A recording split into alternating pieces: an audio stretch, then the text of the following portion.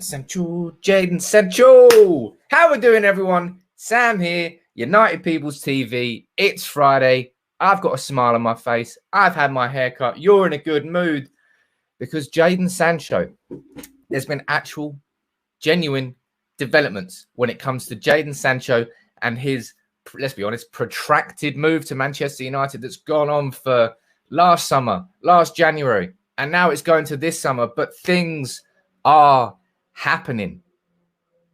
We've all been waiting for it, you know, all the tentative talks, the tiny nudges in certain directions that have been happening, but nothing's really moved. In the last 24 hours, Sancho to United, that deal has become a lot closer. I'm going to run through all of the details, explain how the story developed yesterday so you can really understand exactly what happened. If you are new to the channel, you're probably not because you're at the start of the video, but welcome everybody. You know the drill by now. Where are you watching it from? I'll try and give you all some big shout outs throughout the video.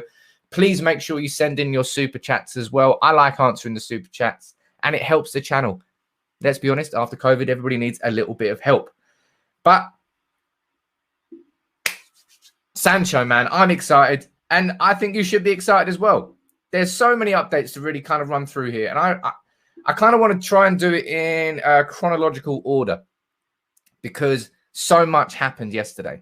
Quickly before I do, I always like this. There's so many people watching from so many different places. Hayley watching from Singapore on YouTube.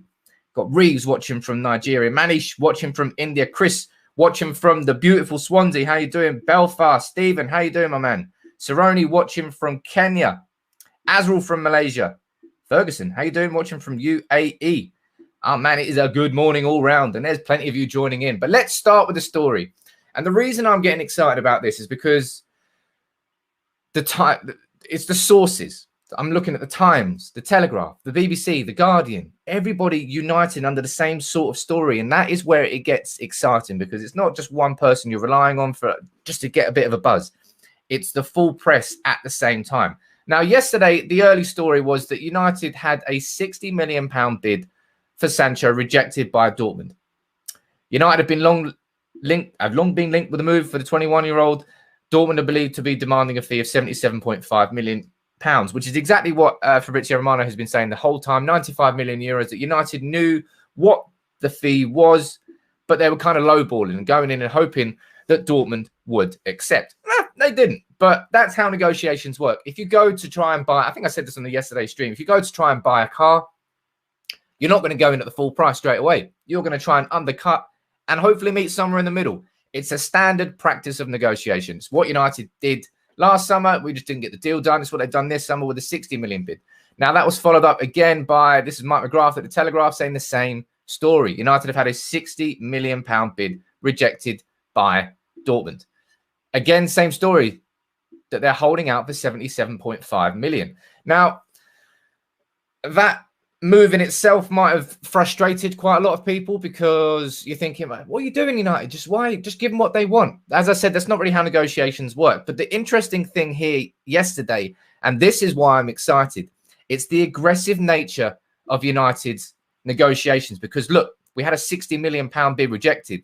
Then Simon Stone from the BBC comes later that United have had a £67 million bid rejected. Now, to me, that means that there was more than one bid that went in.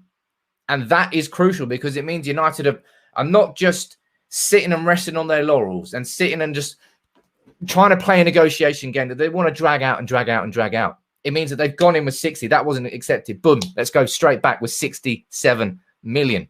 That is crucial. Comment here from Nikhil. How you doing, Nikhil? Thank you for that, buddy. Will it happen before the Euros? I would love to say yes. The crucial thing is that Sancho's agreed terms already. That's already done and dusted. And that's an important aspect because he's going to be busy at the Euros and it means that you can just leave United and Dortmund to agree on the fee. But going back to this point here that I'm making, I don't think there's been any real confirmation that there were two separate bids yesterday. Maybe these are people are getting different information. Maybe there's people saying that it's 60 million, some saying it's 67 million. But if United did go back with a higher bid in the same day, within 24 hours, two bids going in, that is big. Let's read through what Simon Stone had to say. United have had a 67 million bid rejected for Sancho because Dortmund won 77.5 million. It's the exact same figure being banded around by everybody. So 95 million euros clearly is the price that Dortmund want for Sancho. BBC Sport also understands that in addition to the fee not being high enough, United want to pay it over 5 years, whereas Dortmund are only willing to extend it to 4. That's a minor... That's something you can give Dortmund. Maybe if they reduce the add-on or the bonuses, that's a very easy negotiation point. It says United are now considering whether to revise their offer. Moving on from what Simon Stone was saying, we move on to Jacob Steinberg from The Guardian. Now, it's important to sort of understand and know these names. Simon Stone, when it comes to the BBC, Jacob Steinberg, excellent reputation as well. Now, the interesting part here that Jacob Steinberg says is that United agreed personal terms with Sancho, understood they're worth £350,000 a week. You let me know what you think about that. Is that a fair price? Is that a fair amount for Sancho? Is that way too much for Sancho? I mean, it's quite a lot, but it's Jadon Sancho, right? And he goes with the same story as well. United have had a £67 million bid rejected by Dortmund, and that they want, lo and behold, £77.5 million for Sancho. I mean, it's the same story, really coming from a lot of places. 1 second here. It's something I need to do. I've done a... I asked yesterday if anybody wanted to get involved. Oh, really? Don't want to hear myself. If anybody wanted to get involved and become a mod, Nick, you're there. Boom. You're a moderator now, my friend. Thank you very much for sending in that super chat, my friend. That really helped me see that you were there. But if anybody wants to become a mod, just sort of email me a username. I'm kind of struggling to find usernames here, but I found Nick. Nick is now here. Where is he? So welcome to the team, Nick Lewis. If there's anybody else who wants to get involved, I'm going to be here Monday to Friday throughout the summer, and it's good to get. Let's see where else you're watching this from. We've got Al Hassan watching from Ghana. Whereabouts in Ghana, my friend? I stayed in Accra for a few months. Got Enga watching from Nigeria. How you doing, my friend? Let's see where else we're watching. Partington. Where's that? Don't know where that is, but good morning. Ojo. Simon watching from Uganda. How you doing, buddy? Where else are we watching from? More from Nigeria. Patrick watching that.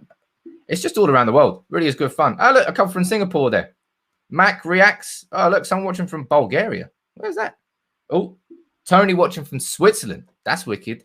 Davor from Bosnia. I'd love to get a map and just put pins in where you're all watching it from, because everyone's around the world. Going back to the story, though. And as you can tell, I think this is probably the most animated, the most excited I've been about Sancho, because I'm seeing the club. And this is exactly what I said about. I want to make a good point here. This is exactly what I said about John Murtough. I said John Murtough had to come in this summer and make sure that United conducted themselves differently in the transfer market. And a big, big part of that is not necessarily just going in and giving a club what they want to get the deal done early. But it means introducing a new efficiency to negotiations. And the efficiency is putting in a £60 million bid that's rejected, and within 12 hours going back with a £67 million, instead of waiting 2 to 3 weeks and posturing and trying to just creep out a deal. No, it's say, right, cool, you don't accept that. Let's come back very quickly. Let's get this deal done. And that is what I said. And like you can see up there, I said United are dealing with this transfer now aggressively. They're pushing for this deal with Sancho. And that is why it feels different to me. And that is why it's important to make that statement, because previously United would have just dilly-dallied and waited around for any sort of update with Jadon Sancho. Now, moving on from what we said there, we've got the Times, we've got the Telegraph, we've got BBC and the Guardian. Fabrizio Romano, this is what he tweeted yesterday. Obviously, this is covered on the People's Person. I'm going to keep pushing it. It's our website. We cover it every single day. Make sure you all go over there and join in, because you get all the latest news. You really do. Red Billy's excellent at covering all the newspapers from Europe, getting the stories up there in the morning. You should go over there. Anyway, what did Fabrizio have to say? Let's zoom in here. Manchester United are working hard on the Sancho deal, as too long negotiations is not the best strategy, with Dortmund asking for 95 million. It's exactly what I'm saying there. United are not just waiting and trying to drag this negotiation process out. Nah, we're trying to go in and go hard, and that is important. All people involved in negotiations are now confident, but cautious after what happened a year ago. After personal terms, agents' fees agreed to. That's an important thing, because you don't want to have the agent scuppering a deal like Mino Raiola, do you? But he hasn't. The agent fees are agreed. That's important. I'm sorry. Like, I know there's going to be so many of you that are going to have a naturally pessimistic and a naturally maybe negative stance when it comes to United and how we're dealing with Sancho. But I'm seeing noises and I'm seeing movements. And I'm seeing United pushing in the directions that we just didn't do last summer. And the fact that it's cheaper, that helps United because we're cheapskates. So we like it as cheap as possible. But everything is moving in the right direction. Now let's read a few of your comments out here. We got wicked. There you go, Sam. You get Bula watching from Fiji. Fiji. That's a new one. Wow. Queen watching from Hong Kong. I read it out. There you go. Nobody has said. Nobody have an issue that Sancho's wages is 350k a week. I mean, let's be honest. David De Gea's wages are £350,000 a week. Katerina, you're a new one. I haven't seen anybody watching from Serbia. Good morning to you. James watching from Spain. I'm not sure if we've had any Spanish either. My God, everywhere. I'm just happy. I'm happy. I'm happy that United seem to be doing exactly what I wanted them to do this summer. And it's moving quickly and aggressively in transfer deals, because it's the one thing that Ed Woodward just got wrong. Football transfers aren't just like a normal business transaction where you can it's in the public eye, and business transactions, big ones, are typically done behind the scenes. So that sort of negotiation process can happen at board level, can happen when it's not just in the public eye. And when it comes to Manchester United and transfers, everything is in the public eye. And it does make it more exhausting. We all know that because we have to go through and watch every single tiny moment. But I think things are going in the right direction here. Quickly before I move on, loads of you watching. If you're new on YouTube, please make sure you subscribe. It's free. Hit the button down below. Hit the notifications bell. If you're watching this on Facebook, can you share it? Can you drop a like on the video as well?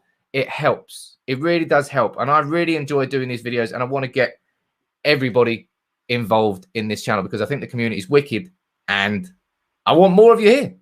Who else we got watching? We've got Jonathan on Facebook watching from Finland. Wow. Wicked, man. What's it like there? What about a DM, says Christian.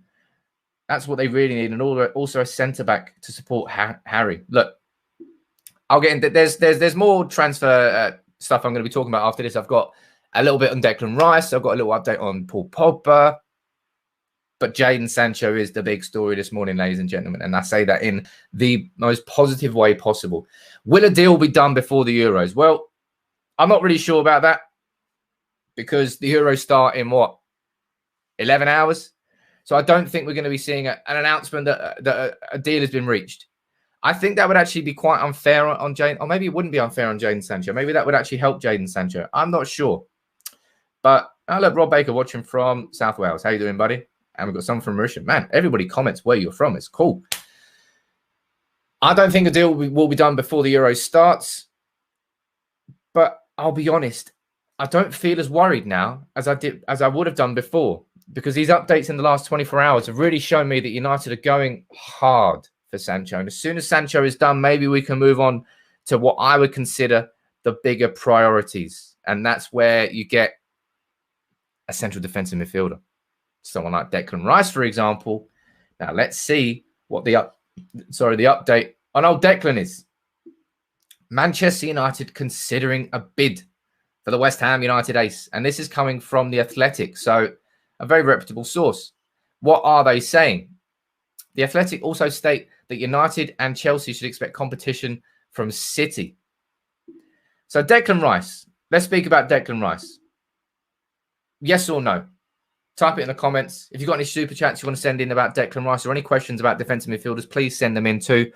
But do you think that Declan Rice would be the right signing for Manchester United? Is he the defensive midfielder who could solve it? Now, I'll be honest, I haven't watched a huge amount of Declan Rice. But I'm going to during the Euros. He's going to be United. Sorry, not United. I keep saying United. I think he's going to be England's holding midfielder who's probably going to be sitting behind maybe Mason Mount, maybe Foden, Jack Grealish. He's going to be the one tasked with sitting in front of that defence and letting the rest of the team do what they want.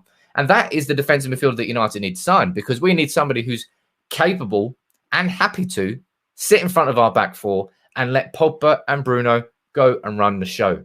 We don't really. I mean, if you get a defensive midfielder who's got a bit of a passing range, or someone like I don't know, maybe Ruben Neves, then that's a bonus. But it's not the it's not exactly what we need. We need someone who's like Matic back in the day. Matic back in the day was a god in that position, and that's why we signed him. But he's just too old now. So Matic has lost it. Let's see what you think about Declan Rice. Rahari says, I'd take Declan Rice every day. Sita says, Bubakari Samir. I think he's going to Leicester. I mean, Leicester's recruitment. I'm so jealous about Leicester's recruitment in the last few years. I think they've done so well. Yes, but Ruben Neves, says Chris. Well, you know what I think about that. I've always said that. I think Ruben, it still staggers me. Absolutely staggers me that we're not after him. Matt, how you doing, Matt? I'm sure we can get a cheaper, more effective option who can play as a single pivot. He's never played on his own. Well, let's see what happens with Rice and England. If England go on to win Euro 2020 and Rice plays in that holding role on his own and does it well, I mean, his price is going to skyrocket, surely. How much is his price already? You're probably looking at around, I don't know, 80, 90 million for Declan Rice, I would say. Not because that's how much he's worth, but because he's in the Premier League, because he's English, and because there's a United tax that will go on top of it. It is what it is. That's just how much Declan Rice would cost. I'm not personally sure whether he's worth that much money. And I've always said, and I'll keep saying it, Ruben Neves, man. Ruben Neves. I don't understand why no one at United is even speaking about Ruben Neves. As I've showed you his stats before. Like, defensively, he's actually statistically better than Declan Rice. Dynamically, he's stronger. I think he's got more to... Look, I don't know. I'll be happy with any defensive midfielder who is quality in United this summer, because that's how desperately we need that position filled. Because if you look at the top six, City, Fernandinho, United, nothing. Who finished third? Chelsea? I don't even care. Chelsea, Kante. Liverpool, Fabinho. Arsenal have even got Partey. Spurs have got Højbjerg. Leicester have got Ndidi. Every single team around United in this Premier League has a holding midfielder, because it's a crucial position in the modern game. And Manchester United just do not have that. And that's why the balance is never there in midfield. And I've said it. I'll tell you what I'm going to do. I'm actually going to have to do a separate video on this, because I feel so strongly about it. United have, and I mean this, zero chance of winning anything next season of note, and of note means Premier League or the Champions League, without signing a defensive midfielder. For me, it is as simple as that. It doesn't matter if we sign Jadon Sancho. Hell, I don't even think it matters if we sign a partner to Harry Maguire. We need that central defensive midfielder to come in and give the balance in that midfield, so we can play a proper 4-3-3. The only reason we're playing 4-2-3-1 all the time is because we need to play Fred McTominay, because Solskjaer doesn't trust anybody to play that position on his own. That's why I think it's so important. Let's read a few more of your comments out. Coop Miners, plenty of you keep saying Coop Miners. I had a look at him. He does look good. Yes, Ruben Neves says Awanku. I hope I got that right. Which centre-back should we buy? We should look for defensive recruitment. We absolutely should. Centre-backs, we're looking at Rafael Varane, Pau Torres, Jules Koundé from Sevilla. Let's see how he plays with France at the Euros. I'll be interested in certainly watching him with some real, I don't know, just what I'll be watching him. Ndidi is better than Rice. Ndidi's great. Ndidi really is great. We got Say watching from Tibet. How you doing, my friend? I do love all the comments. Oh, look, Hamza watching from Pakistan. Good morning to you too. Right, let's see. Anybody? Right. Where should we move on to? Let's move on to Paul Pogba, eh? Paul Pogba, he came back with a flourish last season, didn't he? And it's always seen that at certain points that Paul Pogba maybe wasn't going to stay at the club. For me, now it looks like Pogba is going to stay at the club, and I really do hope he stays at the club. But after a long time waiting, Manchester United are finally in contract talks with Paul Pogba. It's come from Sky Sports. We've opened contract discussions. Now, that's crucial. I don't really know why it's taken this long to open these discussions, because Paul Pogba's only got, I think, 1 year left on his deal. We've already lost Paul Pogba on a free transfer once in our lifetime. Let's try and not do it twice. Manchester United. Let's maybe learn from our mistakes and see what goes on. Before I continue, make sure you please, I'll take a second out, subscribe to the channel. There's so many of you watching now. I know that you're not subscribed, so please join, please subscribe and get involved in these daily live videos. And if you're watching on Facebook, please drop a like on it. Please share the video. It really does help because it gets the channel out to more people. We've got Hanessa watching from Brazil. Make sure, guys, you don't spam the comments too much. There really are so many comments coming in. It's really hard to follow. Another one come from South Wales. How you doing, buddy? Rob Baker saying, I think we need Harry Kane in the squad. Harry Kane's not coming anywhere near United this summer. I hate to break it to you, but no one is going to. I mean, City might. Chelsea could. I don't think they will. Plus, I don't think Spurs would sell him to Chelsea. But I think he's just going to cost too much money, Harry Kane.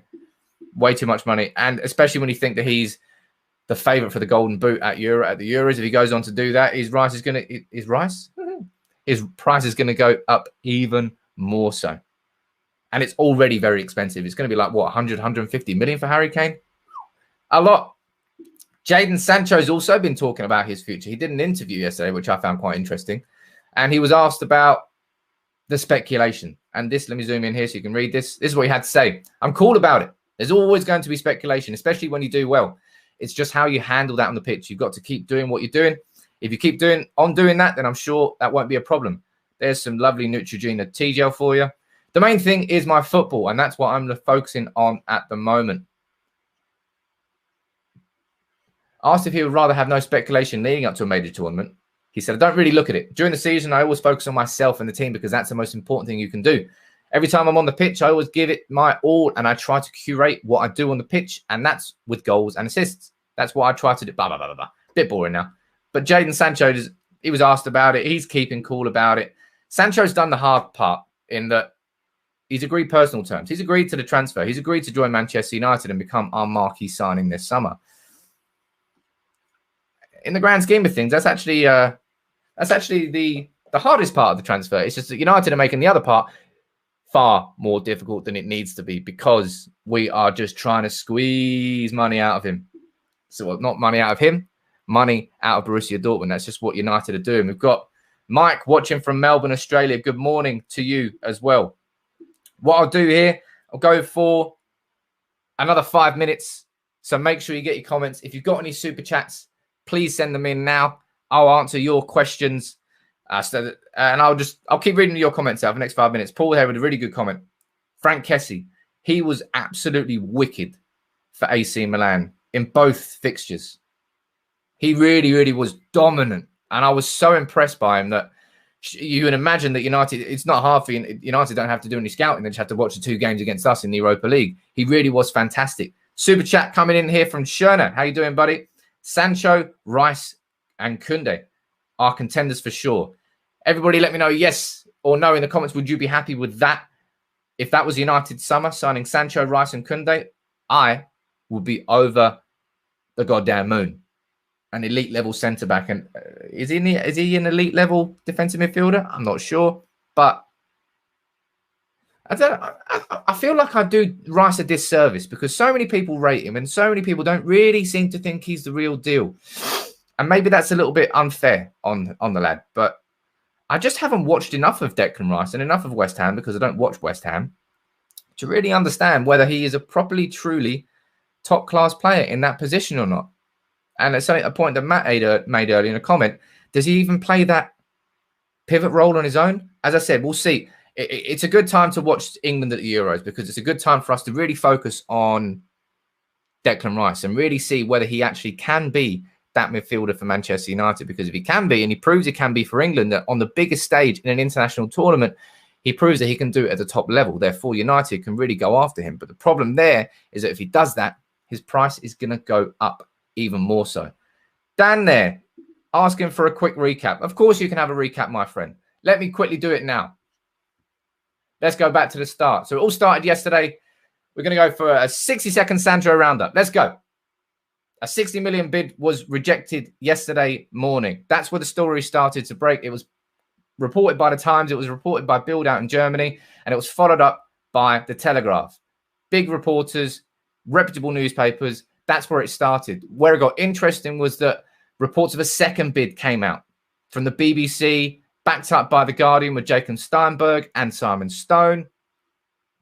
£67 million. £7 million earlier than the earlier bid of 60. So that either means that there's different information going to 2 different newspapers, 4 different newspapers, or 2 bids have gone in.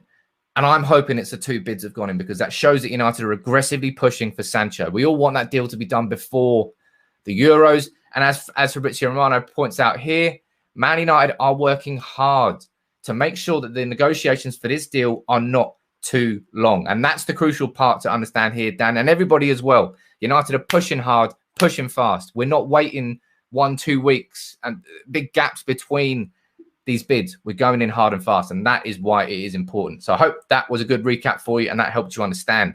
Let's read a few more of your comments out here. It is ridiculous how many comments come in. I cannot keep up with them. Christian there, you're saying Sancho, Neves and Varane. Oh, who would you prefer out of that? Sancho, Rice and Koundé, or Sancho, Neves and Varane? There's 2 options there. Let me know in the comments. Type in which of those, if you were going to sign those 3, one set of 3 or the other set of 3, which one are you choosing? That's going to be a hard one to talk about. Let me get rid of that comment there, and I'll read your comments out. Oh man, I love doing these live streams. I really do. I'm annoyed that I haven't been able to do them more often throughout the summer, but well, not throughout the summer, throughout the year. But I'm going to be doing plenty of these during the summer, and that's why I keep imploring you all, please subscribe to the channel. It's been slow. I haven't been as hot on the channel as I should have and could have been, but I want to improve that. I want to get better, and I want you all here with me. I'm going to be improving these streams as well very soon. It's going to be an even sexier setup that's coming. Just need to get that technically working properly before I release it to all of you. But what trio do you think you want? We've got Sancho. Paul saying Sancho, Ruben and Varane. We've got Roy. You're saying Sancho, Rice and Varane. Sancho and Varane and convert McTominay into a defensive midfielder, says Daniel Elliott. I will disagree on that. McTominay is much better as a box-to-box midfielder. I mean, you could convert him into a DM, but United are not in the market for converting players into, we just need Son and an elite player in that position. Asan saying Varane is the best centre-back we can sign. Sancho, Neves and Varane, says Sonny. And we've got somebody, Maxi, watching from Botswana. Good morning to you, my friend. Katerina with a question. Hi, Sam. If we sign Sancho, do you think we actually need a striker? I don't think we need a striker this summer. No, I don't. I think we've got Cavani on a 1-year deal, and that gives us the opportunity to wait for Erling Haaland and wait for his release clause to kick in next summer, which is 75 million euros, which is going to be about half the price that anybody's going to have to pay for him this summer. And therefore, United can go in big with the wages.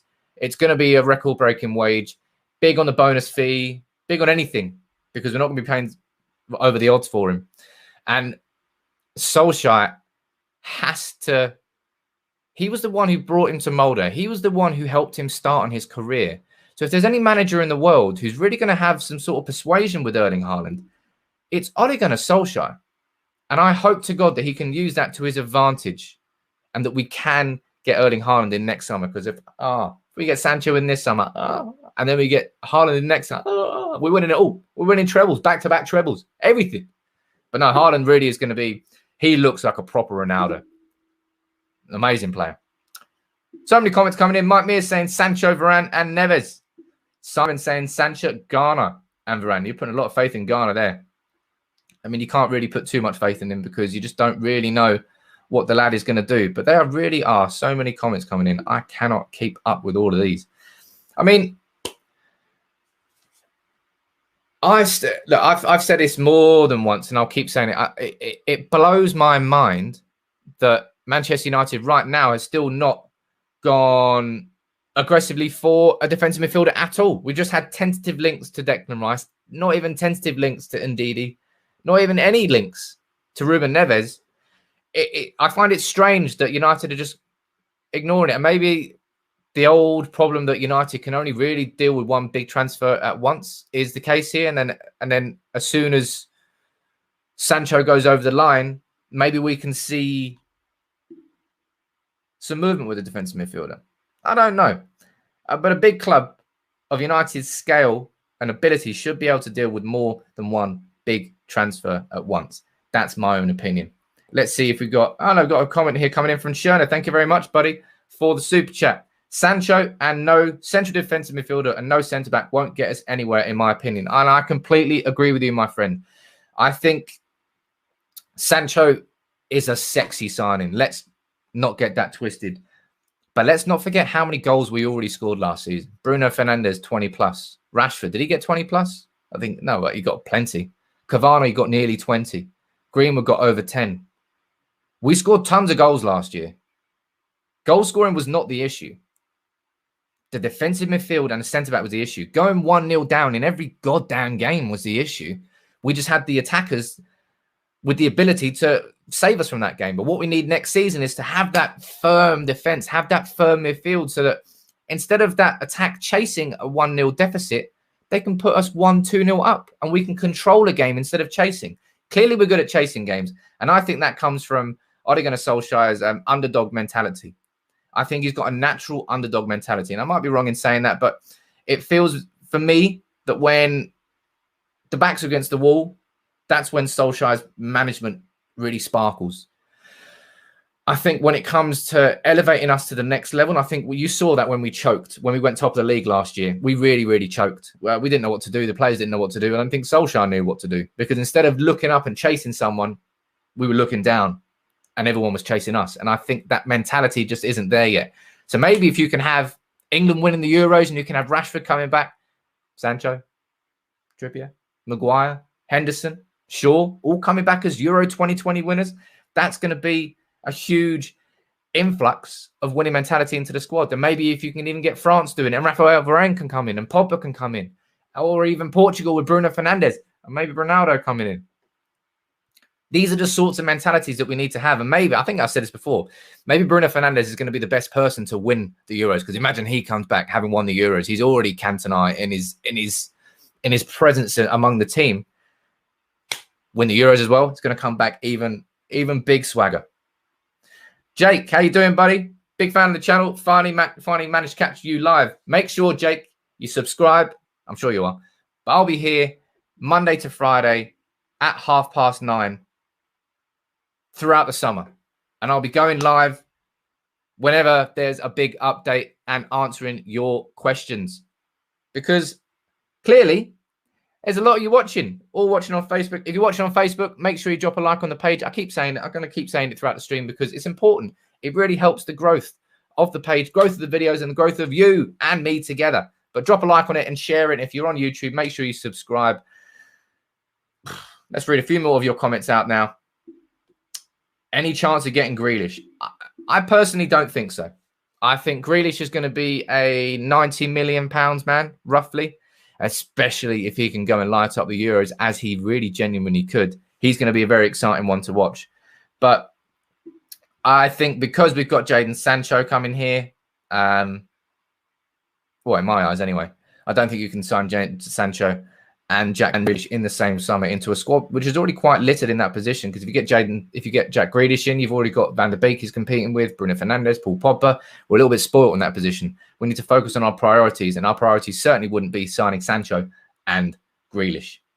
Let me know in the comments where you're all watching it from, because there's still tons of you watching, and I'll give a few more shout-outs before we finish.